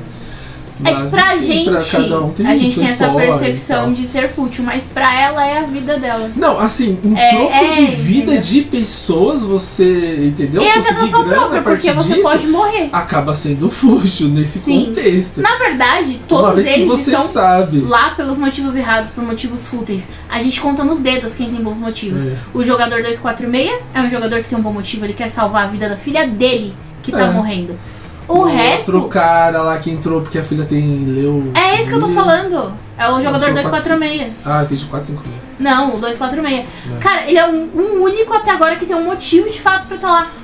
O resto é tudo pra pagar dívida, porque é endividado, tudo porque pra pagar joga, dívida, porque é viciado. impressionante. Ninguém tem um motivo bom pra estar lá. Todo mundo tem um motivo fútil. O único que tem um motivo real, válido e que merecia esse dinheiro é o jogador 246, que é o jogador que tá lá pra salvar a vida da filha dele. O resto, todo mundo é motivo fútil. Todo mundo. É verdade. Mas o Jin-Woo, o 456, quando ele iniciou na primeira temporada nos jogos, o motivo dele também era fútil. Também era pagar as dívidas. É diferente de quando ele voltou, que ele voltou... Porque, não, na verdade, quando ele voltou, a mãe dele já tinha até morrido. Mas o que ele queria era dinheiro pra pagar as dívidas dele. Então, todo mundo tem um motivo fútil lá. Não, e é muito louco isso, né? Que a gente até falou durante os vídeos, que eles... Como eles conseguem dever tanta grana, né? Eu falei assim, o banco libera um crédito infinito. Não é banco, é agiota. É agiota, né? Os claro. agiota. Então, mano, esses agiotas são meio idiota também, porque os caras ficam devendo, não paga. Não, mas é porque aí o lucro do agiota é nos juros. Pro agiota é bom quando você não paga. Porque aí você vai ter que sempre pagar alguma coisa pra ele. E em pouco tempo você vai terminar de pagar o que você pegou, mas você vai ter dívida pro resto da sua vida só dos juros disso. Só se for assim, né? Tipo, eles devem cobrar, se pega 1.000, eles devem cobrar 10.000. É o único jeito. E aí você não pagou dentro do prazo, dobra. E aí vai virar uma bola de neve. Pegar dinheiro com a Jota é um buraco sem fim. Leva o banco e depois vem ali o seguro e já. Vai conseguir praticamente. Pegar o dinheiro e seguir a vida dele, ele resolve voltar pra lá e acabar com os jogos de uma vez por todas. Lá dentro, agora sabendo mais ou menos o que vai acontecer, né? Ele tenta alertar as pessoas, mas quase ninguém acredita nele. O Jin-Woo entrou como um veterano. Ele tá sempre entre os melhores agora nas provas. E mesmo assim, ele continua sendo uma boa pessoa, juntando gente ao redor dele, né? Tipo, ele é meio que um imã, a galera gosta dele. E ele consegue organizar uma rebelião pra ameaçar os poderosos pela primeira vez. Ele chega lá até bem perto de conseguir fazer uma coisa boa, alguma coisa, né? Mas o Jin-Woo termina a segunda temporada totalmente rendido. Na terceira ele vai estar mais sangue nos olhos do que nunca. Número 001, In-Ho, o frontman. A grande pedra no sapato de Jin-Woo é o jogador 001. Da outra vez era o Yun-Nan, que se revelou como criador dos jogos. E dessa vez é o In-Ho, o frontman que comanda os jogos, mas que por algum motivo também resolveu voltar e participar, mas sem revelar que ele é o frontman, lógico, né? Bom, o In-Ho já foi vencedor de jogos no passado e é o irmão perdido do detetive, que está ajudando o Jin-Woo do lado de fora. A identidade dele permanece secreta mesmo depois que a rebelião dá errado, né? Ele aparece já com a máscara pro Jin-Woo mesmo depois da traição. Antes disso, o cara tava lá jogando, se misturando com os outros jogadores, sendo até um bom aliado. Só que de mentira. Esse é o personagem mais misterioso de Round 6 e todo mundo espera que a terceira temporada esclareça esses mistérios de uma vez por todas. E você está ansioso para a terceira temporada de Round 6? Curtiu a segunda? Quem será que vai ganhar? Será que o Jin-Woo vai conseguir parar os jogos? Conta pra gente, diz nos comentários. Se você gostou desse vídeo, dá um like. Olha, quem vai ganhar, não sei, quem vai viver, eu não sei. Eu só quero que o jogador 100 morra.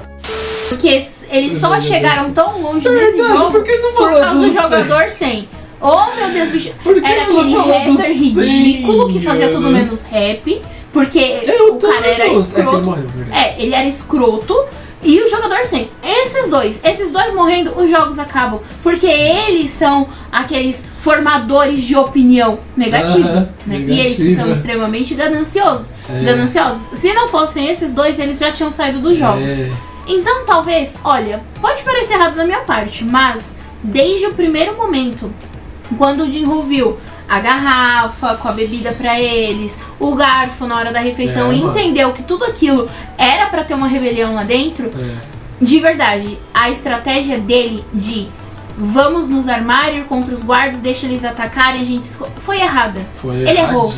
A estratégia que os outros falaram de, já que você acha que os que querem ficar vão atacar primeiro a gente, então vamos atacar primeiro eles. Sim, era isso que eles deveriam ter feito se eles prezavam pela vida deles. E uma coisa que é completamente sem contexto, sem nexo nenhum, é o como ele convenceu aquela galera a lutar com ele pra acabar com os jogos. Porque no final das contas todo mundo tá lá pelo dinheiro. Mesmo quem lutou ao lado dele estava lá pelo dinheiro. Então assim, se ele convencesse o amigo dele, beleza. Ainda faria sentido porque eles são muito amigos e de fora de lá. Agora os outros terem ido na onda dele não fez sentido nenhum. O jogador 246, por que ele aceitou a ideia do Jin-Woo?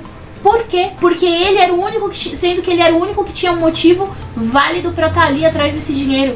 Tanto que ele morreu nessa rebelião, que foi completamente mal estruturada. Bom, pelo menos o Peter não trouxe ele como vivo, mas ele levou um tiro que não lembro se foi no ombro ou no peito, cai das escadas. Não dá pra saber se ele vai viver ou não, mas a gente sabe que o Round 6 mata sem dó, então eu acho difícil ele sobreviver. E é capaz da 11 acabar ajudando a filha dele e acontecer toda uma revolução aí. Certeza. Mas assim, não tem contexto nenhum ele ter conseguido convencer essas pessoas a irem contra o sistema. Não fez sentido, ele errou sim. Eu entendo que o motivo dele é nobre, que o que ele quer é o certo, que é acabar com os jogos. Mas ali na posição que eles estavam não era o jeito pra acabar por dentro. Ele tinha sim que ter concordado com os outros em atacar quem quer ficar primeiro. Depois que a gente acaba com essa parte da rebelião, a gente parte pra uma próxima e tenta se armar. Então ele não foi estratégico e muita gente morreu sim por conta de uma decisão errada do Jin-Woo, que pensou só no que ele queria e não no que era melhor pra todo mundo. Foi extremamente impulsivo até, né? Porque não tinha estratégia. Foi em desencontro com o Jin-Woo, que tava dos primeiros episódios. Que tinha pegado um prédio abandonado, contratou um mercenário, tinha um estoque de arma, tava bolando um plano ali pra achar a ilha e derrotar todo mundo por de fora. E sabe, isso desapareceu nesses episódios porque a série fez tudo ali ser meio corrido pra parecer que é no desespero e tipo, não, a sua causa é nobre e assim, realmente a única forma da gente parar esse jogo maluco, já que queremos que o jogo pare, nós temos que parar os jogadores. Eles acharam assim que todo mundo ia ficar nessa vibe de tipo, tem que acabar o jogo e eles são os caras malvadões, vamos acabar com isso agora, a rebelião. E não, se você tiver um pouco de raciocínio, volta nisso tudo que a Renata já explicou. Não tinha como isso dar certo. O ideal mesmo era, tipo, até a hora ali deles pegarem as armas, né, dos caras que tinham entrado, porque eles provocaram uma rebelião entre eles, nada mais justo do que eles também armar um plano e pegar a arma dos caras, sei lá, poderia meter esse louco e daí usar as armas pra matar todo mundo que votou sim, os principais. O que teria E daí forçar, quem vai votar sim ou não sei o que. Porque de repente nem vai que não tinha nenhuma cláusula falando isso, que eles não seriam punidos, né? Não tem. Tem 5 cláusulas no contrato. Eu acho que se eles se limitassem a isso, né, matassem quem votou sim, pra continuar no círculo, acho que até teria acabado por ali e pronto, ele acabava com o jogo, saía e tocava a vida por fora do game, que é o ideal, que é o jeito certo, né? Bom, a gente ainda tem mais um vídeo pra trazer pra vocês pra finalizar o nosso especial aqui, 3 em 1. Quais serão os próximos jogos? 456 é o novo líder? Teorias de Round 6, temporada 3. Muito doido isso daí, né? Do 456, novo líder. Isso não me passou pela cabeça nenhum. Assim, velho. ele pode. Se ele chegar no ponto de não vou vencer o sistema, sim, pode ser que ele vire o novo líder, porque foi o que aconteceu com o atual 001. E aí também tem aquela coisa que você tinha até falado, que ele foi o primeiro jogador a tentar acabar com os jogos. Só que assim, tem uma coisa muito pessoal, né? Porque o 001 parece ter ligação com o velho, né? Que era o antigo líder, parece ter ligação com o velho. Então, ele sabendo disso, ele quer conhecer mais o Jin-Woo, ele quer se aprofundar mais naquilo. Por que você? Por que você é assim? Por que tudo isso vem de você? E daí deixou acontecer o plano dele. Ele quis ali ver o limite, porque ele também tem esse pouco de sadismo, ele curte os jogos e tal, por motivos cabrosos dele. E aí eu penso assim, provavelmente sim, então teve pessoas que já tentaram, só que como eles têm esse controle absoluto no mundo de fora também, eles simplesmente mataram. Porque eles tinham rastreador, eles deixam o rastreador em quem venceu, porque eles mostram ele tirando. Então é que o Jin-Woo realmente foi um caso à parte, porque o 001 velho gostou dele e enfim, esse novo 01 líder também quer entender melhor. Os jogos acontecem em outro país, a ilha é um navio, o jogador 246 tá vivo, o Jin-Woo é o vilão da série, o líder e o Jin-Woo são filhos do mesmo pai, tem um VIP disfarçado de jogador. Filho do mesmo pai aonde? País, viajou? a ilha é um navio, o jogador 246 tá vivo, o Jin-Woo é o vilão da série, o líder e o Jin-Woo são filhos do mesmo pai. Aí ele foi além. Eu acho que, que o líder é filho do velhinho da primeira temporada. Ele já tá querendo meter o mesmo pai nele no dia. Aí ele vai ser meio irmão do policial também? Não, porque o líder não é irmão do policial. Ele mas é adotado. A maior conclusão que ele queria, porque é adotado e daí tipo...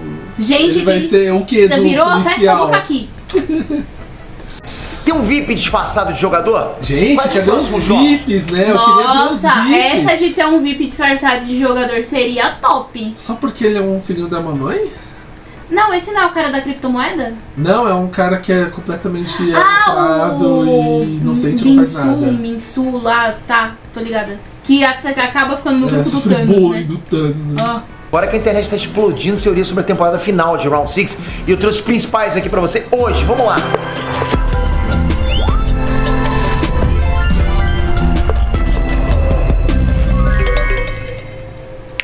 Peter aqui! Tá quase fazendo um mês que a segunda temporada de Round 6 estreou e ninguém consegue tirar essa série da cabeça. Galera, é impressionante. A gente tá com essa série presa na gente, né? Isso que é sucesso. Por isso que o que mais tem por aí é a galera criando teorias, né? Procurando pistas. E essa é a nossa especialidade, a especialidade da casa. Então vem que eu vou te explicar as principais ideias. Estão estourando por aí.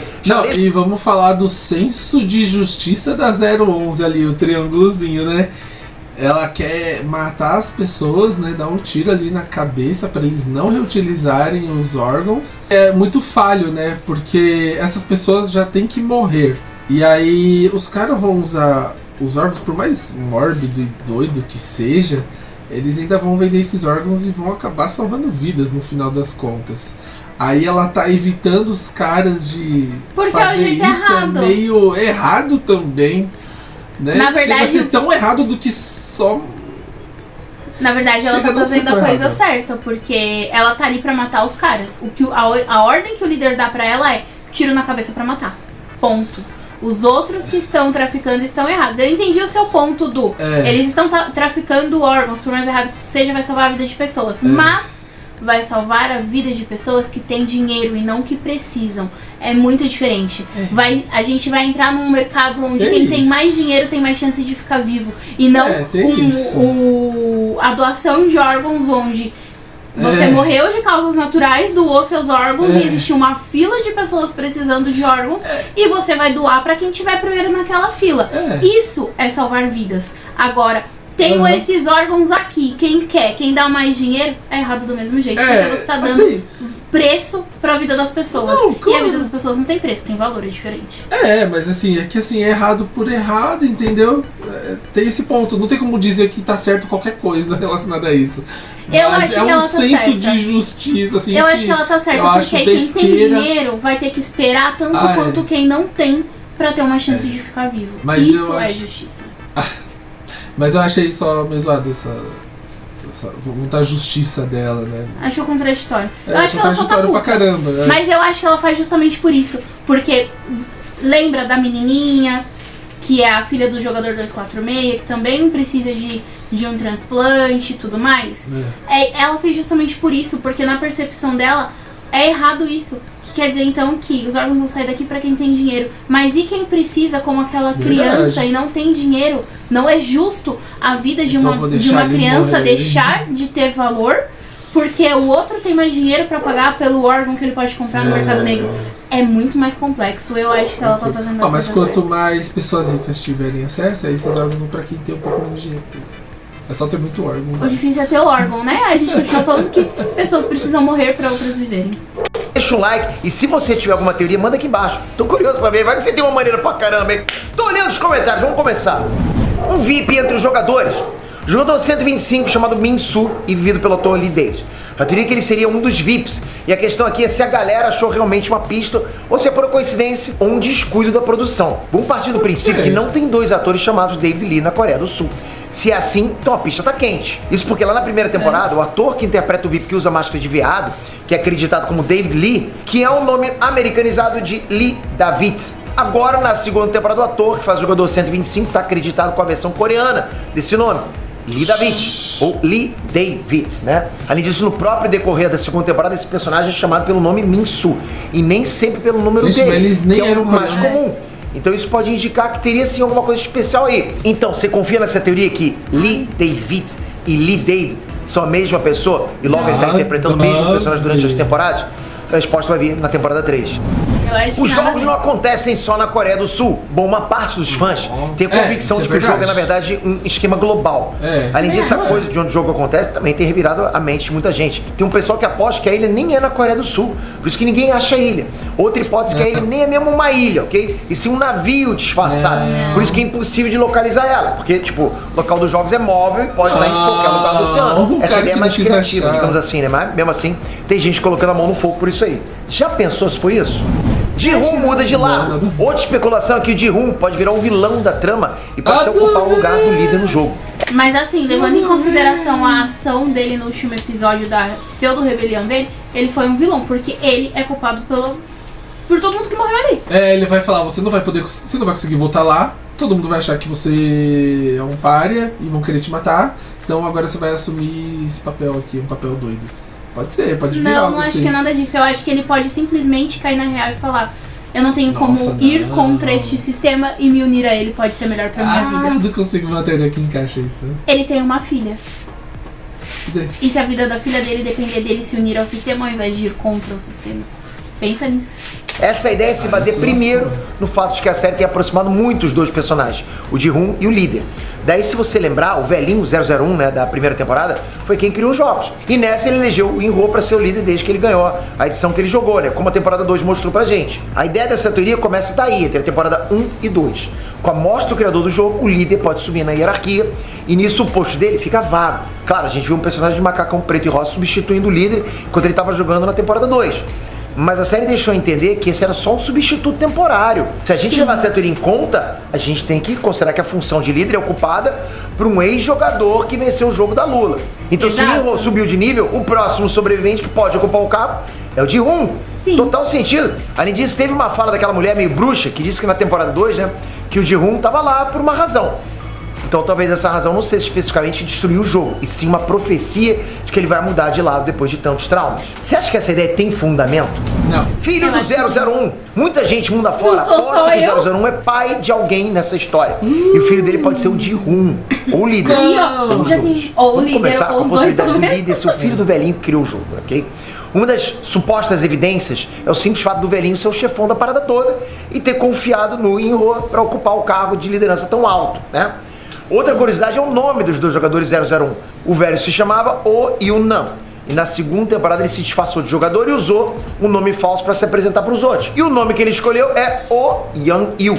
Olha isso, o velho era Oh Yoon-nam. E ele seria o Oh Young-il, como se fosse o Oh. E o Jin-ho não desconfiou em nenhum momento. Não, de rua é E burrinho. o mais gente. novo. Ah, e você lembra que o In-ho é irmão do policial? Mas eles são irmãos adotivos. E como quase não tem referência sobre o pai dele, só a mãe, o velho pode muito bem ser o pai.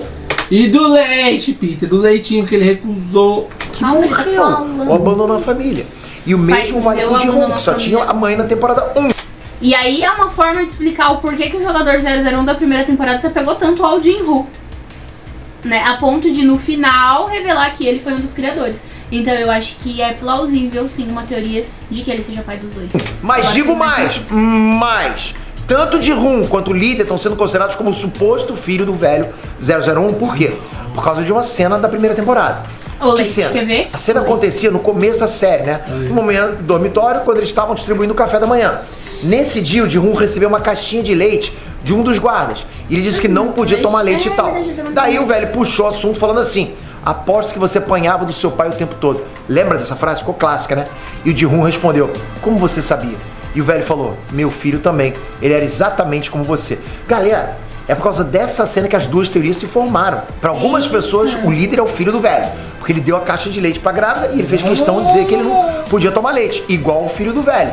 Outras pessoas já estão indo por outro caminho, né? Como o velho foi mentiroso o tempo todo e também ele fez muita questão de se aproximar do Ji-hoon, isso poderia ser uma forma dele se reaproximar do filho antes de morrer. E aí o filho que não tomava leite e apanhava quando era criança era o próprio Ji-hoon.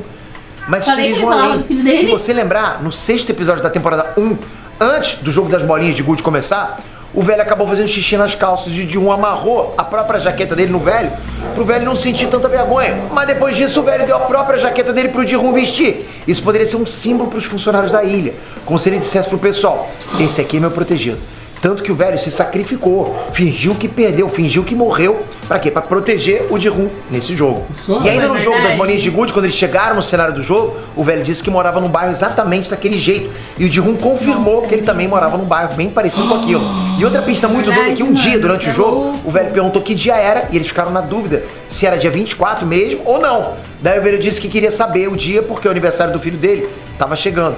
E lá no episódio 1, quando o Ji-hoon roubou o cartão de crédito da mãe dele, ele usou a própria data de aniversário como senha. E a data do aniversário dele era 26/8, 26 de agosto. Se realmente era dia 24 de agosto no jogo, então o aniversário do filho do velho estava perto mesmo. E do Ji-hoon também. Herdeiros do jogo. Eita porra! Nossa! Já pensou? Faz sentido pra caralho. Os dois serem filhos dele e os dois serem irmãos? Nossa, que muito louco, mano. Isso vai da hora. Isso aí explode a cabeça, mano. E aí você vê que eles colocaram as mesmas referências válidas pros dois. Porque ele fala do filho que não toma leite. O Ji-hoon não toma leite e o líder não toma leite. Tipo, mano... também não. A cena que o Ji-hoon falava pro velhinho que o pai dele sempre batia nele. Nossa, o velho fala, não, que ele fala, você devia apanhar muito, isso, o velho que fala. Porque ele não tomava leite. E o outro 001 de agora também não toma. Nossa, muito louco. Fez muito mano. sentido. E casa muito, né? Só com Casa esses muito. detalhezinhos, meu Deus. Faz a gente se sentir burro, mano. E aí teria que ver se a mãe dele deixou alguma pista, né? De quem? Do Ji-hoon? Muito... a mãe do Ji-hoon deixou alguma Ela pista. morreu e a única coisa que ele sabe é que o pai ou fugiu ou morreu. Então não dá pra saber muita coisa. Foda. E aí entra naquilo, né? Eu sempre falei, que de acho que esse velho gostou tanto do Ji-hoon. Tá, em um possível motivo. E aí a teoria dos filhos do velho 001 derivou mais uma teoria. A de que todo o esquema de trazer o Ji-hoon e o In-ho pro jogo, um em 2015 e outro em 2021, foi tudo um plano do velho para reencontrar o filho ou os filhos perdidos. Isso não seria só para reaproximar, mas também para poder se despedir, né? E aí deixar o jogo de herança pro filho ou pros dois filhos. Lógico, se o líder e o Ji-hoon forem mesmo irmãos. Jogador. Aí você vai me falar que ele tá aí há décadas fazendo essa bodega desse jogo pra tentar achar o filho? Aí não. Não tem como, gente. Não, com o dinheiro que ele tem, a idade que ele tem, ele sabe muito bem quem é o filho dele. A não ser que ele tinha... O que pode acontecer é ele saber que o Ji-hoon é filho dele e ainda assim ter um outro filho que ele deu pra adoção, não saber onde foi parar e aí ser o novo líder. Aí até faz um pouco de sentido, porque ele diz que morava no bairro igual do Ji-hoon e tudo mais. Então ele saberia que o Ji-hoon é o filho, mas pode ser que ele tivesse mais de um filho. Não, mas sabe que é um bagulho que a série nem fala muito, inclusive o 001 não fala muito, que é... Ele entra pros jogos pra conseguir a grana, porque a mulher dele tá passando mal. Tava doente. E aí não consegue, acontece a desgraça na vida dele. Ele consegue, ele ganha, só que não há tempo. Não há tempo. E aí o que ele pensa? O que eu vou fazer da vida? Igual o Ji-hoon. Tipo, o que eu faço da minha vida agora? Não tenho motivo pra viver. E daí ele pegou esse ranço do jogo. Logo, como ele tem o ranço do jogo, ele usa toda essa raiva, todo esse sentimento ruim que tem dele e usa dentro do jogo. Talvez ele tente entrar em contato de alguma forma, não sei. E daí ele usa toda essa raiva para descontar em pessoas que estão no jogo. Eu acho que ranço ele não pegou, mas talvez ele tenha visto como uma forma de descontar o ódio que ele tem dentro do jogo. Porque foi fazendo o jogo que, enfim, aconteceu tudo de ruim também pra vida dele e ele também conseguiu ver essa face da humanidade, né, da realidade, que a viu que a humanidade é um negócio perdido e então... quero que se danem mesmo. Essa pro filho, ou pros dois filhos. Lógico, se o líder e o Ji-hoon forem mesmo irmãos. Jogador 246. Lembra do jogador 246, o pai da garotinha com câncer? Lembra que fora da arena, a atiradora 011 tinha uma conexão com ele, a garotinha? Ela trabalhava no mesmo parque e ela tinha um carinho pela criança. Por esses motivos, muita gente acredita que o tiro que ela deu no jogador 246 não foi pra matar. Mas o que pode acontecer depois disso é um mistério. Será que ele vai ser incorporado no time dos trabalhadores? Será que ele foge da ilha? Bom, só a temporada 3 vai dizer isso. Próximos jogos. A temporada 2 terminou com imagens da boneca da batatinha frita e o novo boneco faz par com ela. Vem novo jogo por aí, legal, né? E agora com 2 bonecos assassinos. Na cena pós-crédito da temporada 2, que antecipa a temporada 3, A gente vê o jogador 096, o 100 e o 353 entrando na arena e dando de cara com a boneca lá. E logo depois aparece o boneco também no mesmo cenário, né? Bom, a sequência termina com a imagem de um farol de trem com uma luz vermelha apagando e uma verde acendendo, sugerindo que um novo jogo está começando. Uma das ideias mais aceitas é que a boneca Young-hee e o boneco Chosu podem chegar no primeiro jogo da nova temporada, assim como foi nas 2 temporadas anteriores. E qual jogo poderia ser? O caminho mais fácil seria uma versão ainda mais mortal da Batatinha Frita 1, 2, 3, com 2 bonecos monitorando os jogadores. Pode acontecer isso. Simples. Outra possibilidade é o semáforo que tá ali, que poderia ser uma brincadeira inspirada no dilema moral chamado Problema do Bonde. Esse, galera, é um experimento filosófico daqueles de escolhas impossíveis. A teoria é que vão ter jogadores no trilho do trem e quando a luz verde acender, uma escolha vai ter que ser feita. Talvez o jogador vai ter que se sacrificar para salvar os outros, ou matar outros para salvar a própria vida. Eu acho mais ou então sacrificar um para salvar vários e vice-versa, entende? Se for assim, imagina como é que vai ser difícil pro filho e a mãe nesse jogo da temporada 3. Outra possibilidade é um jogo chamado Dongdaemun, que é uma brincadeira também tradicional da Coreia do Sul, que tem uma musiquinha e as crianças vão passando como se fosse um trenzinho por debaixo de uma ponte.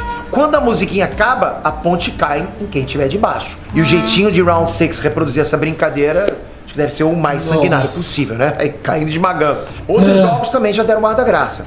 Desde a temporada 1, os azulejos do dormitório entregaram os jogos que iam acontecer naquela edição. A gente só entende Agora, na temporada 2, a gente tem a mesma decoração dos bonequinhos, mas com cenas diferentes e jogos que ainda não aconteceram. Ou seja, eles vêm aí na temporada 3. Ao que tudo indica, vai rolar assim uma espécie de xadrez humano. E obviamente cada peça que foi eliminada deve significar a morte do jogador que tá ali. Então, e lembra da passarela de vidros da temporada 1? Essa brincadeira deve ir reformulada na temporada 3. Agora deve vir na versão Monkey Bars. Sabe aquele brinquedo dos parquinhos que as crianças se penduram nas barras lá e atravessam pendurados de um lado pro outro? Então, os desenhos das paredes também sugerem esse brinquedo aí numa versão mortal. Que pode ser uma altura absurda, como foi aquela passarela de vidro lá, né? Mas agora, ao invés de atravessar com os pés, vai ter que ser pendurado. Já pensou isso? Coitado dos fracotes, né? Lembrando, tudo isso aqui é pura teoria. E a gente só vai poder confirmar tudo isso, logicamente, no próximo trailer ou na estreia da temporada 3, que vai vir ainda em 2025. Presta atenção. 2025. Qual dessas teorias você tá mais confiante que pode acontecer? E se você tem qualquer pista de qualquer teoria? Explodiu nossa cabeça essa teoria, hein, mano? É a melhor de todas, né? Eu acho que a que mais chama atenção é essa trama entre 001 e 456 e não vai deixar a bola cair. Porque na primeira temporada, mano, chega a ser emocionante. É muito bom ele contando lá na maca de hospital e esperando e, mano, o velhinho manjava. É que você se emociona facilmente, né? Eu não diria emocionante, mas eu diria que é uma puta de uma cena. Não, é um puta dramão, é muito louco, velho. É tipo, ó, tem uma lição de vida. O velhinho já tava queria sentir aquela emoção de antes de morrer. Joguinho da infância, que era quando ele sentia uma alegria de verdade e simples, né? E daí é uma mensagem, assim, que quando os caras ficam milionários, tem de tudo, só não consegue ser, tipo, feliz e conseguir sentir umas emoções. É aquilo, né? Que o dinheiro compra tudo o material que a gente precisa, mas não compra sentimentos. Então, isso realmente é uma puta de uma lição, porque é o que acontece, né? E a gente vê que. A gente sabe que as pessoas são assim. No mundo real, e isso é uma merda, mas... E se a teoria for verdade, deles serem irmãos, será que o Zero não sabe? Eu acho que não. Eu acho que ele também não saberia. Eu acho que ele não saberia. Ele não sabendo, como ele reagiria então a isso? Não como faço que ideia. e desenrolaria então isso, né? Não faço ideia. Não faço ideia. Desenrolou não vai, ele nem desconfiou que... Eu acho que alguma relação. Que eles tinham relação com o ele. jogo. Exato. Muito menos com ele, né? É uma coisa que ele nem se interessa, não é não o se cara mais importa. inteligente da face da Terra também, né? É. Ele teve uma puta de uma evolução, mas ele ainda não se torna um cara tão inteligente assim. Mas são muitas teorias, muitas das quais a gente já tinha imaginado, a gente já tava pensando, a gente falou enquanto assistia lá, e vocês conseguem acompanhar com a gente no Cinefy. Mas também vieram teorias novas, muito tão boas quanto, que essa do Jim Russell, o filho, eu não tinha parado pra pensar, mas também faz muito sentido. Resumindo, o jogador 001 da primeira temporada com certeza tem um filho perdido, que está aí nos jogos, aparecendo na segunda temporada até hoje. E aí a gente pode começar a pensar em personagens que se mantiveram entre a primeira e segunda temporada, pra tentar desvendar quem é o filho dele. Porque, além de tudo isso, a gente tem ainda o policial que também não tem pai. Então, se a gente pegar pra ver... afunilar mais aí o funil, a gente consegue fazer, começar a pensar em... tipo, enfim, a gente começar a pensar mais, a gente consegue fazer essa separação de... A gente sabe que tem algo com o jogador 001 ainda da primeira temporada, que esse cara tem um filho perdido e que esse filho perdido vai aparecer na terceira temporada. Quem pode ser o filho perdido dele? Os únicos personagens que ainda aparecem em todas as temporadas. E aí a gente acaba ficando com esses três, que é o Jin-Woo, o líder e o policial. Então, eu acho que são os únicos três que se mantiveram entre as duas temporadas, né? Não lembro de mais ninguém, pelo menos. Mais ou menos. Porque tem a mãe do amigo dele, que aparece com o irmão da menina que tava no primeiro jogo que ele resgatou, mas é uma cena muito breve. Sim. Então, a gente realmente sabe que a única coisa que a gente tem certeza é que o velhinho deixou um filho perdido no mundo, pelo menos um, e que ele tá aí ainda aparecendo na segunda temporada e com certeza volta na terceira. E eu acho que a terceira vai ter muito mais explicações. E assim... Eu torço pra que os ricões apareçam de novo, porque ia ser muito bom eles aparecerem e tipo levar uma sova, morrer. Ia ser muito bom, é o que faltou ali, né, na primeira temporada. Porque na primeira aparição deles foi uma bosta. Vingança, assim. Isso foi só pra mostrar como eles são escrotos mesmo. Exato, realmente dá ranço, dá nojo. Total. E aí a gente espera que o Jin-Woo consiga fazer algo, porque, mano, eles vão botar ele ali de refém. Mas será que vão simplesmente botar ele ali nos jogos? A galera que se rebelou vai simplesmente voltar pros jogos? Porque todo mundo morreu. Só ficou o Jin-Woo e a jogadora 120 vivos. E a jogadora 120 tá lá dentro. E o marinheiro que voltou, que nem um bundão. Eles podem simplesmente não pegar, deixar eles lá, que nem a velhinha, a mãe do cara falou. Pra jogadora 120, deixa as armas aí. Tipo, finge que você não tava junto. Então pode sim, eles estão lá. Né? A questão é aí o Jin-Woo. É claro que eles vão botar ele lá, vão jogar ele lá com tudo e exemplo do que não fazer. Vocês querem seguir esse cara ou vocês querem viver, vocês querem morrer? Os jogos vão até o final, né? Exatamente. E aí quem seguir ele não vai seguir mais. Até porque a maioria que seguia ele já morreu, né? Enfim, acho que é isso. Bom, galera, espero que vocês tenham gostado. Continuem nos acompanhando, vejam, assistam Round 6 segunda temporada com a gente no Cinefy, link tá aqui na descrição do vídeo, lá também tem o nosso react a várias outras séries, filmes e animes, a gente tá trazendo bastante coisa legal lá pra vocês, então deem uma conferida. O primeiro episódio tá gratuito? Acho que não. Então eu não vou saber dizer isso, mas temos conteúdos gratuitos para que vocês possam conhecer a plataforma e aí optar, claro, por assinar com a gente apenas R$ 9,90 mensal, não tem nenhum tipo de fidelidade, nem renovação automática, nada. Então vocês conseguem acompanhar com a gente. Claro, e inclusive quando sair a terceira temporada a gente vai trazer rapidamente.